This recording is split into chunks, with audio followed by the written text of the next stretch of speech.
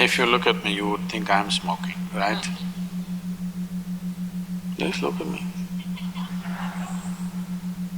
This many times happened to me. People who are smoking these things in Himalayas and other place, they always invite me because when they look at me, they think I must be a smoker.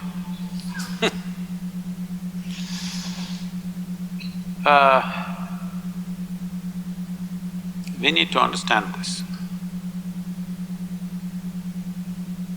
Whatever chemicals we put into the system, either in the form of this or that, whichever way, essentially it can only ignite something within us. It cannot by itself cause too much to us. Only those kind of things which will put you to sleep totally, like an anesthetic, they work in a different way. They completely knock you down. But all the others which have some sense of experience, they're only stimulating something within you. Now the question is, are you self-start or push-start? If you know how to stimulate yourself, you can sit here in great pleasure. Otherwise, you have to put something from outside. Shiva was not such a cripple that he needed chemicals from outside. He was stoned, no question about that. But by what is another matter. He is not using substance, he is the substance. So, I can make that happen for you. If you can be with me in a certain way, I can have you all stoned out.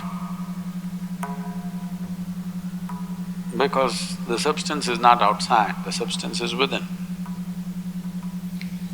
So, those who want to emulate Shiva, first they must sit unmoving for 3 months. And then maybe they can smoke also. This happened. Adi Shankara was walking. He's a brisk walker he must have been, because at the age of 32 he left. Before that, from the age of 12 to 32, in those 20 years, he crisscrossed India a few times, from Kerala right up to Badrinath and back and east, west, everything. The man must have been a really brisk walker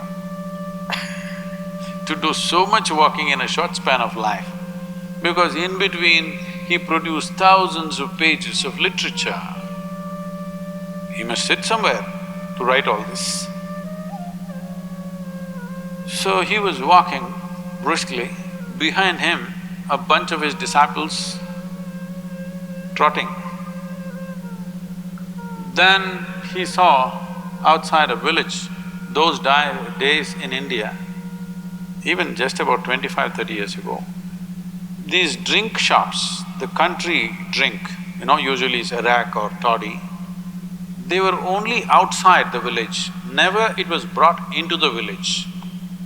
Now it's in the village, next to your house, in front of your child's school, they're selling alcohol, that's different. Those days, always it's outside the town. So there a few people will gather and they're drinking. Shankara looked at them in their inebriated condition. They looked at him, he looked straight and upright. Drunkards always think they are having the best time, unfortunately. They always think they are having the best time of their life and everybody else is missing it. So they made some comments. So without a word, Shankara walked into the shop. There was a pot full of arak. He just took it and drank it and kept it there and walked. So the disciples saw their guru drank up a whole pot full of arak. Then he started walking briskly. Behind him they're trotting, among themselves discussion. When our guru can drink, why can't we drink? They just needed an excuse. So, they were discussing this and he knows what's happening. So he came to the next village, they're walking through. There was a blacksmith working with some molten iron. He just went, picked up that thing and drank it and walked on. They knew this they don't want to drink.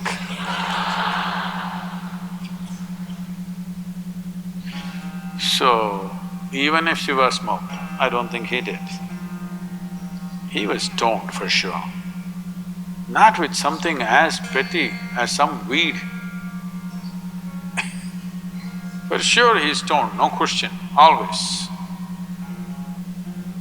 Even if he did smoke, can you do everything else that he does, I'm asking? Qualification is 3 months if you can sit unmoving, I will provide you the substance.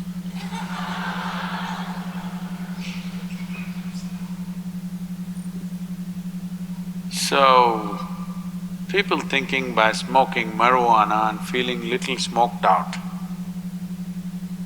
all that's happening is you're getting little hazy in your head. If getting hazy is spirituality, then I don't want to be spiritual. For me, the biggest thing is this crystal clear way of living. Getting hazy is not life, that happens in death.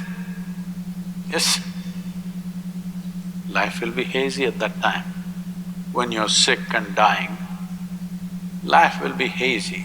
When you're alive, clarity is the most important thing, and clarity can be intoxicating. When you do something that is super alert, you will find that there is an intoxication in that. Why do you think all these people jumping off mountains, jumping off airplanes, doing incredibly risky things is because in being super alert, there's another kind of intoxication. But they're doing it by doing so many physical things. If you could sit here and do it, then I would say an element of Shiva has come to you. If you can simply sit here and you're super alert, so alert that you're stoned, that is a way to get stoned. Not smoking weeds. Leave the weeds for the cows. Okay, human beings can do better things. And today the entire world is talking about it because they haven't found any other better way. There is substantial research on this. They're saying 8-point drop in one's IQ will happen. You don't have to go to any research. Those who are generally on this smoke, if you see them, they're acting peaceful, but you don't give them their substance for 2 days, you will see how cranky they become. Yes, every day you give the dose, they're nice, peaceful. You will be peaceful when you're hazy, but that peace is of no value. And one thing is, don't give them the substance for 3 days, you will see they will explode. They will not be peaceful if you take away the substance. Today, of course, it's become legal in many states in America. Many big corporates are getting into it. It is just that because you don't know how to handle your brain, which is not your making. Previous generations have evolved and come to this place and you don't know how to handle this, you want to smoke it down a little bit so that it feels peaceful. That's not the answer. If you take away the substance for some time, then you will see your peace will fly. There's nothing spiritual about any chemical. If you have not found any better use for your brain except freaking, marijuana will do good things. At least you don't bother anybody, you're smoked out and you simply sit somewhere. If you found better use for your brains, that your brain can do something worthwhile, something creative, something useful, then that's not the way to go.